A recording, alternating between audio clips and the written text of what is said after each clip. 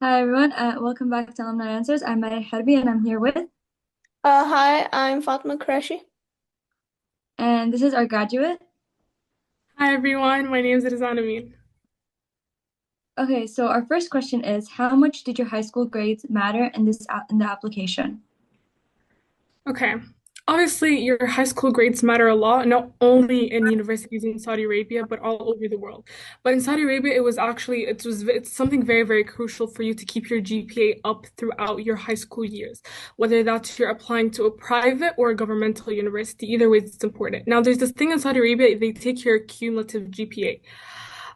This is basically what they do. They take your external exams and your GPA from school. They calculate it in some sort of way to give you a percentage. That percentage is the percentage that you will get accepted into uni with. Like, for example, and there's like different percentages for each and every single major. And these percentages, I believe they come out every like end of June.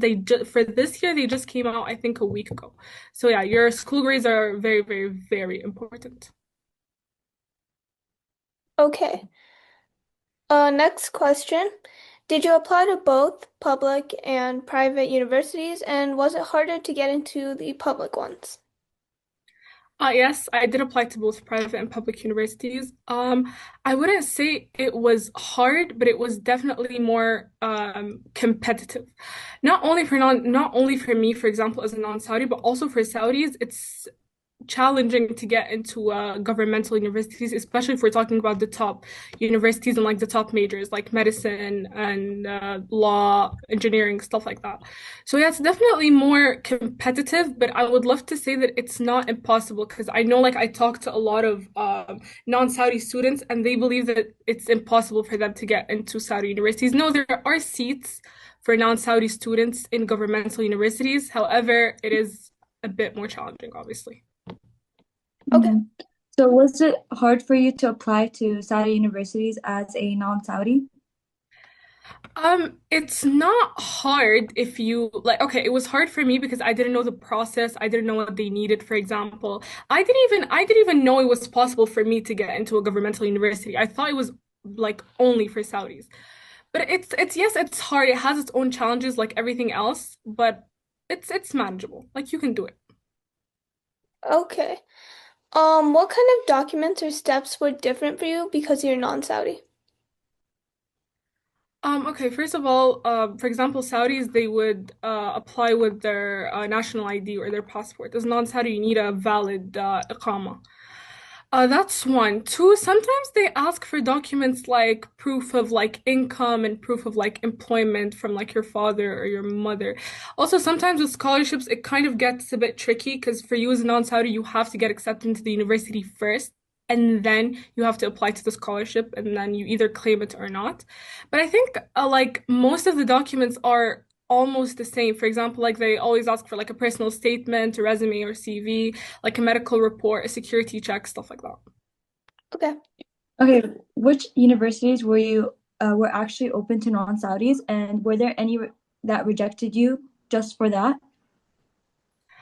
Okay. I'm not very sure of this, but from what I know, all governmental universities and public universities are open for all nationalities here in Saudi Arabia. And they don't like explicitly say it. Like, for example, we don't accept non-Saudis into this university. They don't say that, but from like what I've know from what I know after talking to like people that work in governmental universities here in Saudi Arabia is that they have a limited number of seats. Like every single year, for example, they'd come out with, okay, for the, let's say, University of Prince Sultan in Riyadh, for example, they'd come up with like, okay, for our law program, we have 100 seats for Saudis and then like 20 seats for non-Saudis. So there's always seats for non-Saudis in both governmental and private universities, but obviously it depends on the major and the seats are very limited. So that's why I would advise for you to have a very, very strong application so that you have a better chance into getting into one of these universities. Okay.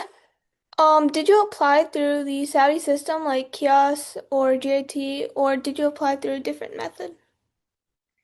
No, I did not do GAT or SAAT, which is قدرات تحصيلي, and I did not apply through قياس. I took obviously the SAT and the ACT. It makes it a bit more challenging for you to get accepted into the governmental universities. So one of the things that I regret not doing is actually taking the GAT and the SAAT.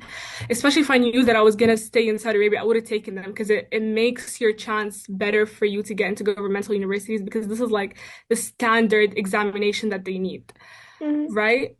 Mhm. But what was your second question? I'm sorry. Oh, I was just like, it was just one question that was like, oh, did you apply through Chaos or JT, or did you use a different method?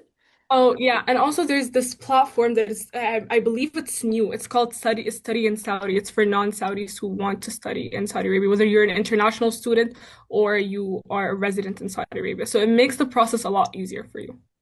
Okay. So how did you deal with the financial aspect of applying to Saudi colleges? The financial aspect, okay. Private universities here are very expensive. They require a lot of money, but they're obviously easier to get into.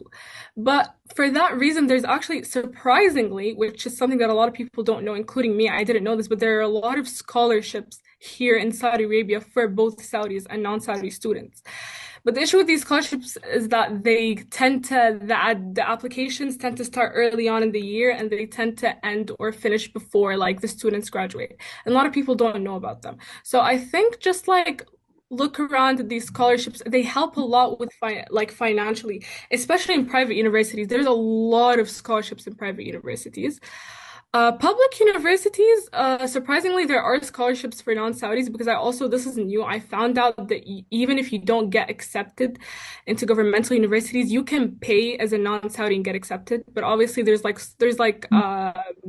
scholarships to that and whatnot. And obviously, it's a lot cheaper than the private universities. But yeah, I think I dealt with it in a way of like I just applied to a lot of scholarships here, the ones that are still open. And I looked into governmental universities and I'll see what is suitable in the future, inshallah.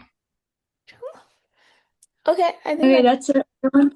Yeah, thank you so much for listening to today's episode and stay tuned for next week's episode. Good job, Bye. guys. And my last piece of advice to anyone applying for universities at the moment or any high school student is to just stay persistent, stay positive, and stay passionate at all times. The journey is going to be hard. It's nothing easy, and everyone's journey is different. Don't compare your journey to anyone else's. Stay passionate because you will get there. There's no such thing as something impossible. Once you set your mind to something, you will eventually get it. Stay positive. High school is fun. It's a nice place to be at, but work hard as well because at the end of the day, this is your future. Start early. From your sophomore or your junior year, start looking at universities, start exploring majors, do a lot of extracurriculars and stuff like that. I wish you all the best of luck, and if anyone has any questions or inquiries about anything, I've got a lot of knowledge about British universities as well as universities here in Saudi Arabia, so feel free to contact me. And yeah, thank you.